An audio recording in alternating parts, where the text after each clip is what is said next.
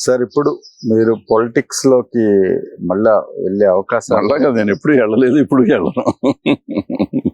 చిన్నప్పుడు మీరు student life లో ఉన్నప్పుడు అది politics లో స్టూడెంట్ గా నేను అప్పుడు కూడా పార్టీలో చేరలేదండి. స్టూడెంట్ ఫెడరేషన్ లో పనిచేశాను. స్టూడెంట్ ఫెడరేషన్ లో ఉన్నవాళ్ళు అందరూ పార్టీ మెంబర్స్ కాదు.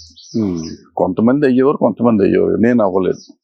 నాతో తోటి మిగిలిన వాళ్ళంతా మెంబర్స్, చాలా మంది మెంబర్స్ అయ్యారు, కానీ మేము మెంబర్స్ అవ్వని వాళ్ళం కూడా మేము 5-6 ఉన్నాం అప్పట్లో. ఇప్పుడు ఏంటి సార్ నెక్స్ట్ సినిమా? ప్రతిఘటన తర్వాత మీరు ఒక సినిమా చేశారు, చేయలేదు. ఏం చేయలేదు? ప్రొడక్షన్ ఆహా, ప్రీ ప్రొడక్షన్ వర్క్ అయితే జరిగింది. లేదు, మొన్న ఓరస్వ రాక్షసులో నా పేరు ఉంది కదా, ఏదో చేసాం. అంతకుముందు అదేది పలాస ఒకటి వచ్చింది, డబ్బింగ్ సినిమా ఆమె ఒకటి వచ్చింది. తర్వాత అట్లా వస్తాను ఉన్నాయి. పిజ్జా ఒకటి వచ్చింది, 2 పిజ్జా 1 పిజ్జా 1 డబ్బింగ్ చేసాం.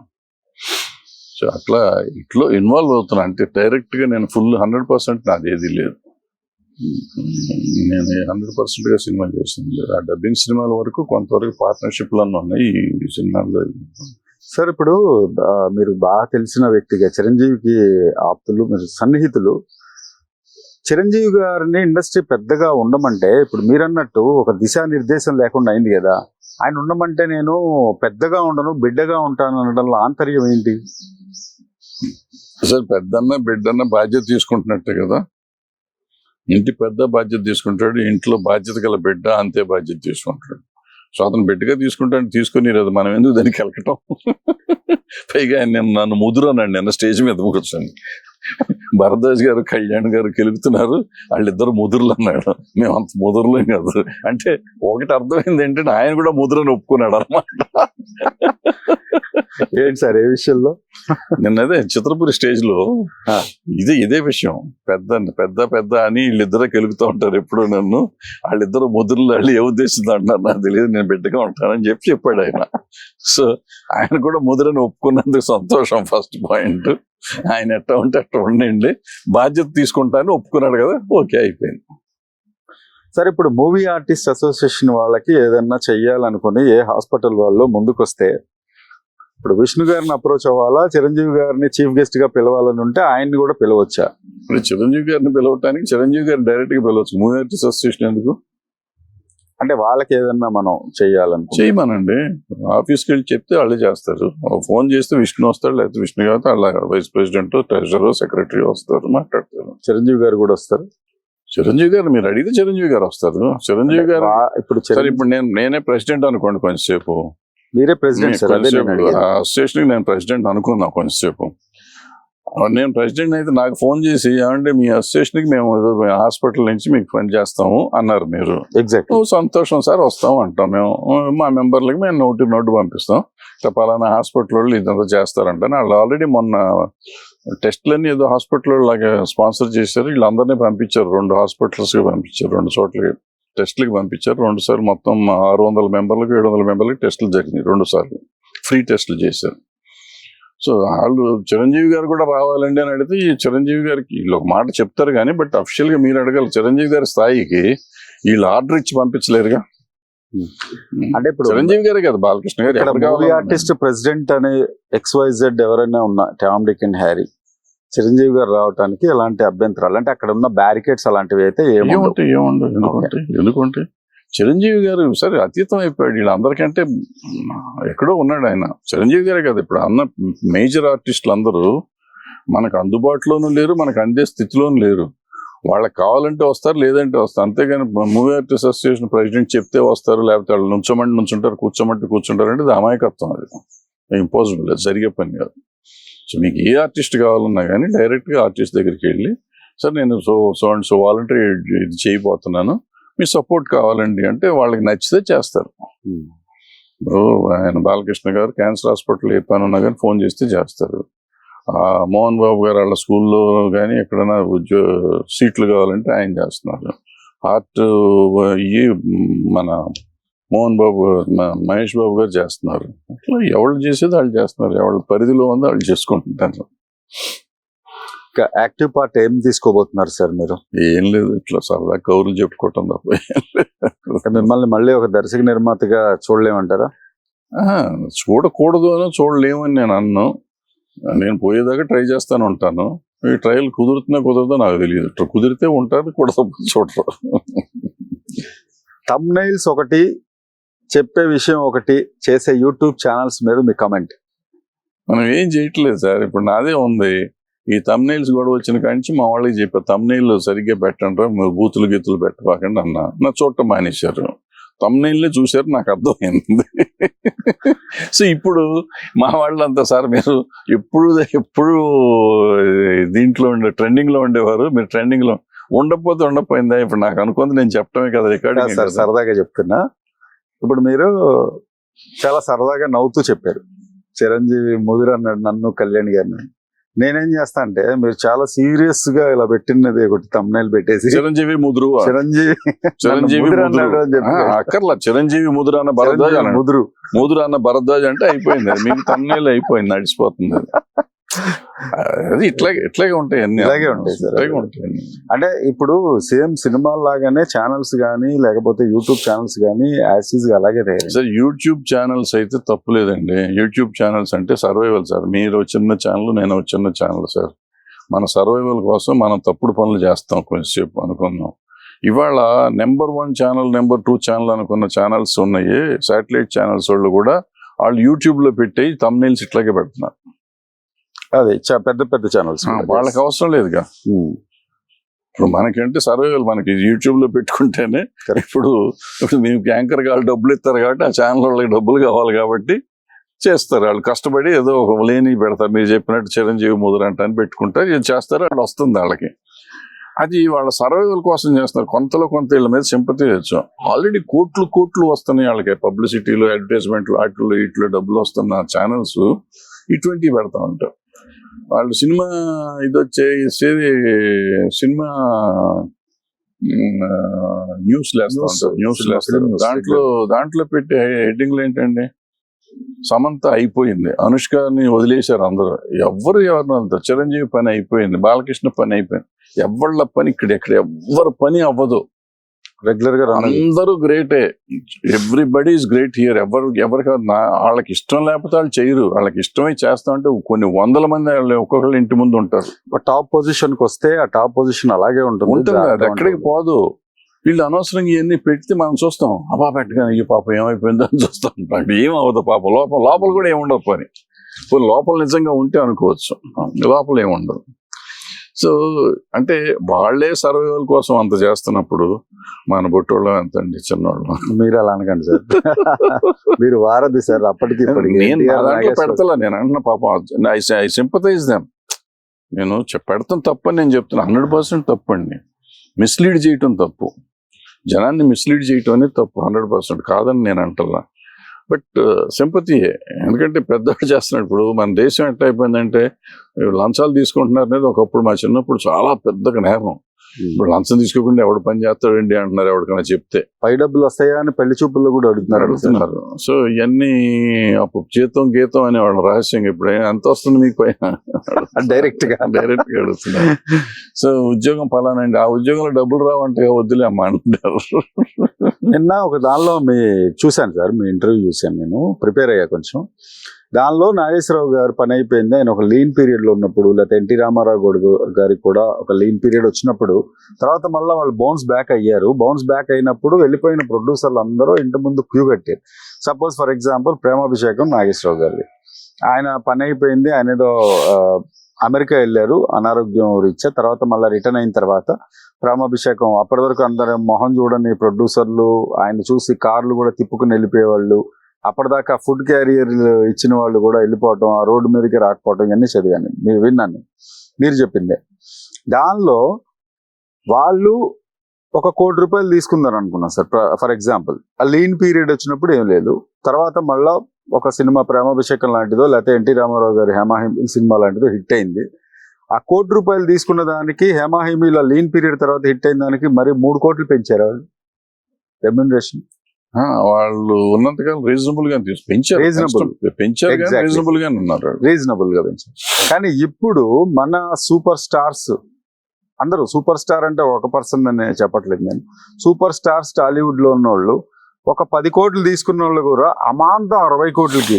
నేను మొన్న టాలీవుడ్ కోలీవుడ్ న్యూస్ ఆర్టికల్ చూశాను సార్. ఆయన కూడా తక్కువ అతనేం కాదు, మంచి జర్నలిస్ట్. అక్కడ అంటే ఏదో పోచుకోలు కబుర్లు ఏం రాయడు ఆయన.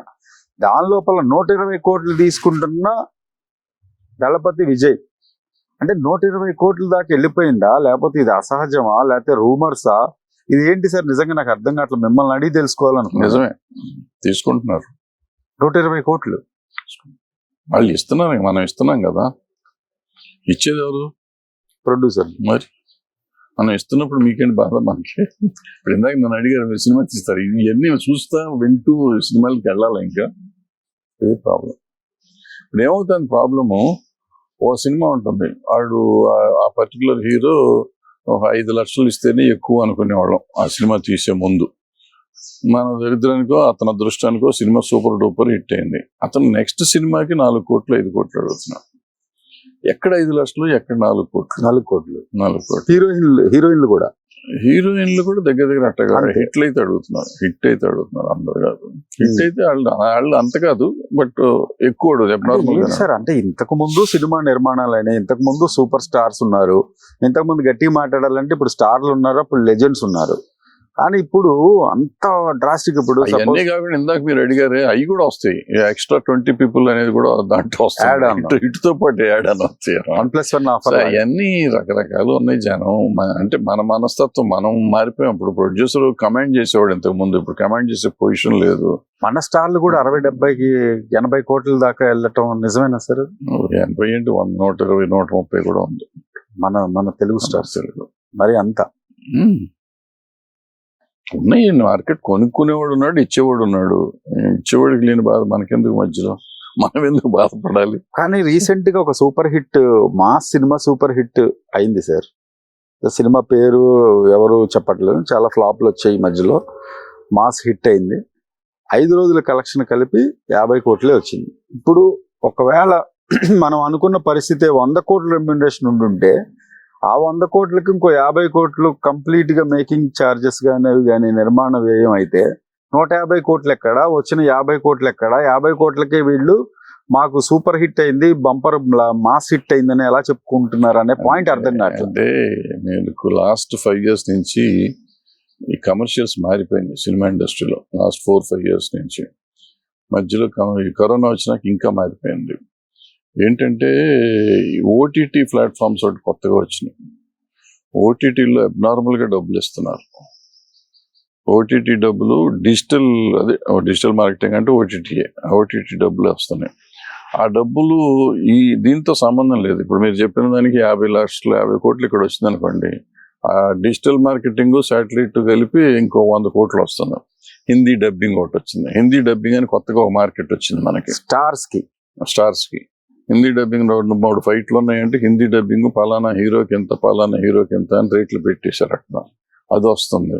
సో అవన్నీ పెంచేసరికి ఇక్కడ రేట్లు ఇప్పుడు మీరు ఫ్లాప్ అని మీరు ఇప్పుడు అందుకే ఇవాళ ఈ సంవత్సరం చూడండి, 2022లో మీరు చెప్పే సినిమాలు ఏ సినిమాను పెద్ద గొప్పగా చెంచింది లేదుగా. మీరు చెప్పే ఇప్పుడు వాళ్ళు అంతకు ముందు ఫ్లాప్ సినిమాలు చెప్పినట్టు వాళ్ళ ఫ్లాప్ సినిమా అని చెప్పిన సినిమాలు 2021లో ఫ్లాప్ సినిమాలు సినిమాలు ఎంత చేసినాయో 2022లో హిట్ సినిమాలు అంత చేయలే. కానీ హిట్ సినిమాలు అని చెప్తున్నాం మనం. ఒకళ్ళిద్దరు కాదు, చాలా మంది ఉన్నాయి అటువంటి. ఓకే, మరి ఇది ఒక అండర్ లేయర్, మాకు తెలియని లేయర్ కదా. సో మనకి ఏమవుతుంది, అక్కడ ఎందుకు ఫ్లాప్ అయినాయి, ఇక్కడ ఎందుకు హిట్ అయినాయి? అక్కడ ఏం చేశారంటే ఆ టైం వచ్చేటప్పటికి మనకి థియేట్రికల్లో డబ్బులు ఎక్కువ వస్తాయని థియేట్రికల్ ఎక్కువ రేట్లకు అమ్మారు. ఒక సినిమా ఎక్స్ హీరో, నేనే హీరో అనుకుందాం, మార్కెట్ ఉన్న హీరో అనుకుందాం, 21లో మార్కెట్ ఉన్న హీరోని, నా సినిమా 40 కోట్లకి అమ్మారు థియేట్రికల్. ఆ రోజుల్లో ఫ్లాప్లు వచ్చినాయి, వరుసగా 2-3 ఫ్లాప్లు వచ్చినాయి. ఈ సంవత్సరం వచ్చేటప్పుడు నాది 20 కోట్లకి అమ్మారు. 20 కోట్లకు వస్తే 20 కోట్లు బొట్టాబొట్టిన 1 కోటి కిందకో 1 కోటి పైకి వచ్చింది. హిట్ అని నేను చెప్తున్నాను. ఇప్పుడు నా రెమ్యునరేషన్ తగ్గల. అయితే అక్కడ పెరిగింది ఏంటి, 40 కోట్లు అక్కడ వచ్చినప్పుడు డిజిటల్ శాటిలైట్ కలిపి అప్పుడు 20 కోట్లే వచ్చేది. అప్పుడు ఓటీటీ లేదు కాబట్టి, ఓటీటీ ఉన్నప్పుడు కూడా 20 కోట్లే వచ్చేది అన్ని కలిపి. ఓటీటీ డబ్బింగ్ అన్ని కలిపి 20 కోట్లు వచ్చేది. ఇప్పుడు ఇక్కడ ఇది వచ్చేటప్పటికి 40 కోట్లు నాకు అక్కడ వస్తాను. అంటే 60% పైన అక్కడ వస్తుంది. ఇక్కడికి వచ్చేసరికి 20 crores వచ్చినా నాకు సేఫ్ అయిపోతాను. బట్ మనం ఆలోచించాల్సింది ఏంటంటే ఇక్కడ ఎందుకు తేడాలు వస్తాయంటే ఓటీటీలు ఏది పడితే అది చూస్తారు, ఏది పడితే అది మన పేరు మీద వెళ్ళిపోతుంది అనే దాంతో హీరో రేట్ పెంచడం మొదలెట్టాడు. హీరో పెంచాడని హీరోయిన్ పెంచాడు, మిగిలిన టెక్నీషియన్స్ పెంచారు, మిగతా ఆర్టిస్టులు పెంచారు, కాస్ట్ ఆఫ్ ప్రొడక్షన్ ఎంత ఎత్తున ఎగిరిపోయింది. ఇప్పుడు అది లేకే మొన్న మీరు అడిగిన స్ట్రైక్ వీళ్ళంతా ఎందుకండి ఇదంతా గొడవ చేస్తున్నారని ఇందాక మీరు అడిగిన ప్రశ్నకి ఇది ప్రాబ్లం ఎందుకు వచ్చిందంటే వీళ్ళు ఉన్న 5-6 కంపెనీలు అన్ని సినిమాలు అందరు హీరోలను బ్లాక్ చేశారు, అందరు డైరెక్టర్లను బ్లాక్ చేసి వాళ్ళే తీయటం మొదలెట్టి వాళ్ళే అమ్మకం మొదలెట్టారు. వాళ్ళకి 40 to 50% పైన ఇక్కడ రెవెన్యూ వచ్చేది. మనం పెట్టిన దాంట్లో థియేట్రికల్ రెవెన్యూ ఎక్కువ వచ్చేది. కరెక్ట్ అండి. ఇప్పుడు థియేట్రికల్ రెవెన్యూ 0 అయిపోయింది. ఆల్మోస్ట్ కొన్ని సినిమాలకైతే 0 కూడా అయిపోయింది. 0 అయ్యేటప్పటికి అక్కడ వచ్చే చాలటలేదు. అక్కడ కూడా ఫ్లాప్ అవటం మొదలేసి వాళ్ళు తగ్గటం మొదలెట్టారు. మెల్లిగా పెరిగిన పెరుగుడు అక్కడ కొంచెం తగ్గింది. అవును, ఇక్కడ టోటల్ 0 అయిపోయింది. జనరల్ గా డబ్బింగ్ రైట్స్ కూడా తగ్గుతాయి కదా సార్. ఫ్లాప్ హీరో అంటే డబ్బింగ్ పెద్దగా తగ్గల, డబ్బింగ్ రైట్స్ అట్టగా ఉన్నాయి. హిందీ డబ్బింగ్ రైట్స్ తగ్గల, ఓటీటీ రేట్లు తగ్గినాయి, శాటిలైట్ రేట్లు తగ్గినాయి. సో దాంతో ఇప్పుడు ఈ ప్రాబ్లం వచ్చింది. ఇప్పుడు దీని మీద పడ్డారు. దీన్ని చేసుకుంటే అసలు చేయాల్సింది ఏంటంటే నువ్వు సరైన సినిమా తీయటం నేర్చుకోవాలి. ముందు ఏం చేసావు, డబ్బింగ్ సినిమా, హిందీ డబ్బింగ్ డబ్బులు వస్తున్నాయి, హిందీ డబ్బింగ్ కోసం సినిమా తీసావు. తర్వాత ఓటీటీ కోసం సినిమా తీసావు. ఓటీటీ ప్లస్ డబ్బింగ్ పనికి వచ్చేటట్టు తీసావు. తెలుగు వాళ్ళ కోసం తీస్తున్నాడు, తెలుగు సినిమా తీరా అంటే మధ్యలో పాన్ ఇండియా అని ఎవడో వచ్చింది, అది కనిపెట్టాడు పేరు. పాన్ ఇండియా అని మొదలెట్టారు. ఆ పాన్ ఇండియా ఏంటో ఎవడన్నా అర్థం చేసుకుంటే కదా ఈ ప్రాబ్లం. తెలుగు వాళ్ళ కోసం తెలుగు సినిమా తీస్తాను అని తీసిన సినిమాలు ఇప్పుడు మన కార్తికేయ 2 తీశారు, శుభ్రంగా ఆడలా. అఖండ తీశారు ఆడలా, పుష్ప తీశారు ఆడలా. మన ప్రాబ్లం అది. ఇప్పుడు నేను చెప్పిన 3 సినిమాలు ఇక్కడ కోసం తీసినాయి, అక్కడ అన్ని చోట్ల ఆడినాయి. వీళ్ళు అక్కడ పాన్ ఇండియా తీసిన సినిమాలు అన్ని చోట్ల పోయినాయి. పాన్ ఇండియా తీసినవి అన్ని చోట్ల చాలా డిజాస్టర్స్ కూడా ట్రిపుల్ ఆర్ అన్ని పోయినాయి. ట్రిపుల్ ఆర్ కూడా అనుకున్న రేంజ్ రాలేదు కదా. టోటల్ గా తెలుగు సినిమా సినరీ ఎలా ఉంది సార్ ఓవరాల్ గా? బాగానే ఉంది దానికి. ఎందుకంటే హిందీ వాళ్ళు కూడా మన సౌత్ ఇండియన్ మూవీస్ ని పైకి ఆకాశానికి ఎత్తేస్తున్న నేపథ్యంలో వాళ్ళు ఏదో వాళ్ళ దొంగలు, వాళ్ళు అన్ని సూపర్ అంటూ ఉంటారు. వాళ్ళంతా ఫ్రాడ్ బ్యాచ్ ఎవరు ఉండరు. వాళ్ళు great, super, fantastic, fantabulous sir అంటూ ఉంటారు. అంతే. మనం తిరగగానే చూచాయి అంటూ ఉంటారు. ఇలా కూడా ఉన్నాయి. వాళ్ళ మాటలు నమ్మి మనం కంగారు పడక్కర్లేదు. వాళ్ళు అంటున్నారు, టీవీల ముందు ఏదైనా చెప్తారు. మనకున్న సక్సెస్ రేట్ కూడా 2022లో బాలీవుడ్ కి అయితే లేదు సార్. పర్వాలేదు, ఓకే. ఎందుకు లేదు, మనం ఇప్పుడు చెప్పిన సినిమాలన్నీ ఈ సంవత్సరం వచ్చినాయి కదా. సీతారామం వచ్చింది, బింబిసార, కార్తికేయ 2, బింబిసార, గాడ్ ఫాదర్ వచ్చింది. Okay, decent collection. చిన్న సినిమాలు, హాలీవుడ్ లాంటి సినిమాలు కూడా, మసూదా లాంటి సినిమా కూడా రీజనబుల్ గా చేసినాయి కదా డబ్బులు. మసూదా ఎన్ని థియేటర్స్ సార్ ఓవరాల్? 300-400 థియేటర్లు వచ్చినాయి. 300-400 ఓవరాల్ స్టేట్ వైడ్, 2 states. చిన్న సినిమా కదా. So thank you so much sir for your valuable time. మిమ్మల్ని మళ్ళీ కలుస్తూ ఉంటాము. Thank you so much. Thank you.